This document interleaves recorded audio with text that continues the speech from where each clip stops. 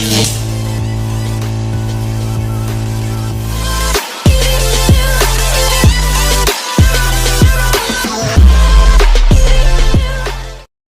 yun, welcome guys dito sa first episode of our YouTube channel. So by the way, I'm Sam, your host for this video. So yun, masarap na tinulak tayo sa paggawa ng mga content like this one, this video na gagawa tayo ng ano lang naman, mga hint-hint or hindi naman siya totally reviews ng mga about sa reviews kasi hindi pa tayo expert doon. Soon is, ayan. So, yun, bakit nga ba ako gumawa ng video na to?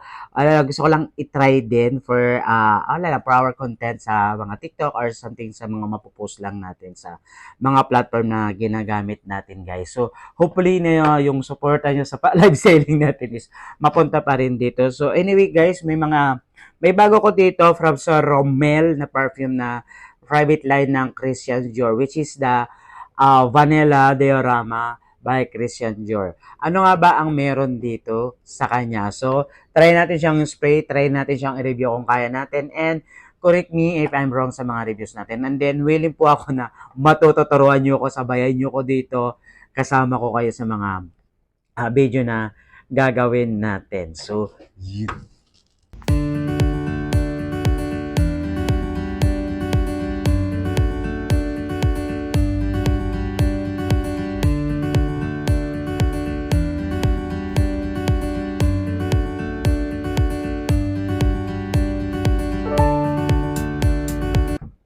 So yun, let's talk about this perfume which is the Diorama, Vanilla Diorama by Christian Dior. Ano nga ba ang meron kay Diorama Vanilla ng Christian Dior? So, itong binigay ni Sir Romel Soblan laki. So, actually, this one is from Sir Romel talaga. Thank you Sir Romel for giving this one sa akin. Salamat po. So, let's try this perfume kung ano ang magiging reaction ko sa kanya, guys. This one is one of my favorite scent kasi gourmand. Gourmand, may pagka-gourmand scent siya. So, pasok na siya sa scent natin ulit, guys. So, let's try 2, 3. Ang tatlong spray lang. Yun, maganda rin yung cup niya kasi magnetic cup din po siya. And this is, I think, 250 ml na tulad ng sinabi ni Sir Romil. So, yun yung unang spray ko. Naamoy ko agad yung orange. Ayun, orange agad yung bumungad sa akin. That is orange and citrus.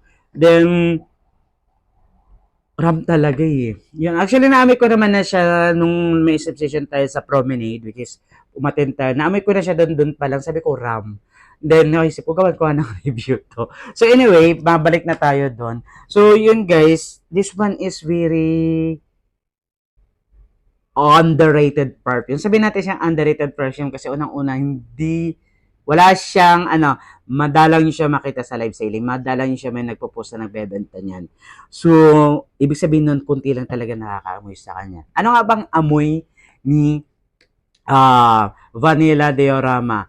Ang first opening spray niya, guys, ang maamoy niyo sa kanya is yung pagka oranges or lemon niya, citrusy. What the middle notes is andun po agad. Kahit yung unang spray niya, may mararamdaman mo na parang may alak siya or rum, which is the high quality of rum music. I think yung mga mamahalin na rum, parang gano'n. May mga ganun notes or scent kayo maaamoy sa kanya. And spicy. Spicy, powdery, gourmand. Parang ganun yung kanya. Yun yung maamoy ko sa kanya. This is spicy, gourmand. May pagka-powdery. And of course, para siyang may spicy talaga. Yung rum niya hindi mawawala. Powdery. Ayan. Ayan. Powdery din, may touch of, yung vanilla talaga niya, as is na maaamoy mo yung vanilla. Which is yung vanilla, guys, hindi yung amoy sweet vanilla, parang ganun. Yun, maaamoy niyo sa kanya yung may pagka-woody vanilla, then spicy. Ang bango na niya. Then, yung pinaka-middle notes siya, yung naamoy yung citrus, and then, amoy mo pa ulit para maamoy mo sa kanya, si rum. And then, yung pinaka-dread niya spicy and vanilla talaga. Ano ba ko? Parang kaamoy niya si ano ba to? Kaamoy niya, kung hindi ako nagkakamali, Tom Ford Noir Extreme Parfum. Yun yung malapit sa kanya na mas ano lang, mas bold ang amoy niya. I mean, mas angat tapos mas loud ng konti siya. So again, this one is compare nyo naman sa ano guys, i-compare nyo siya sa DHI, Their Home Intense. I think mas loud siya and mas wearable siya ng umaga. You can wear, I think you can wear this sa morning and night. But medyo may pagka versatile. Hindi naman siya versatile na pero pwede mo siyang gamitin ng morning and evening. Because of the may touch of fresh ang kanyang opening siguro at saka oranges. So, yun. And then powdery din siya. Ang maganda lang sa kanya is yung pinaka base notes niya siguro or yung dry down niya because of the rum powdery vanilla set and spicy. Yun. I think reviewin natin yung longevity nito next time kung ilang hours siya nagtagal sa atin. So, again, ito ang first episode natin and sobrang saya na nagkaroon ako nitong Vanilla Diorama by Soromel. So, thank you so much, Soromel, for this sponsor. Hindi, joke, hindi yun. Okay, so, yun lang guys and abangan nyo mga marami pa natin videos na post natin.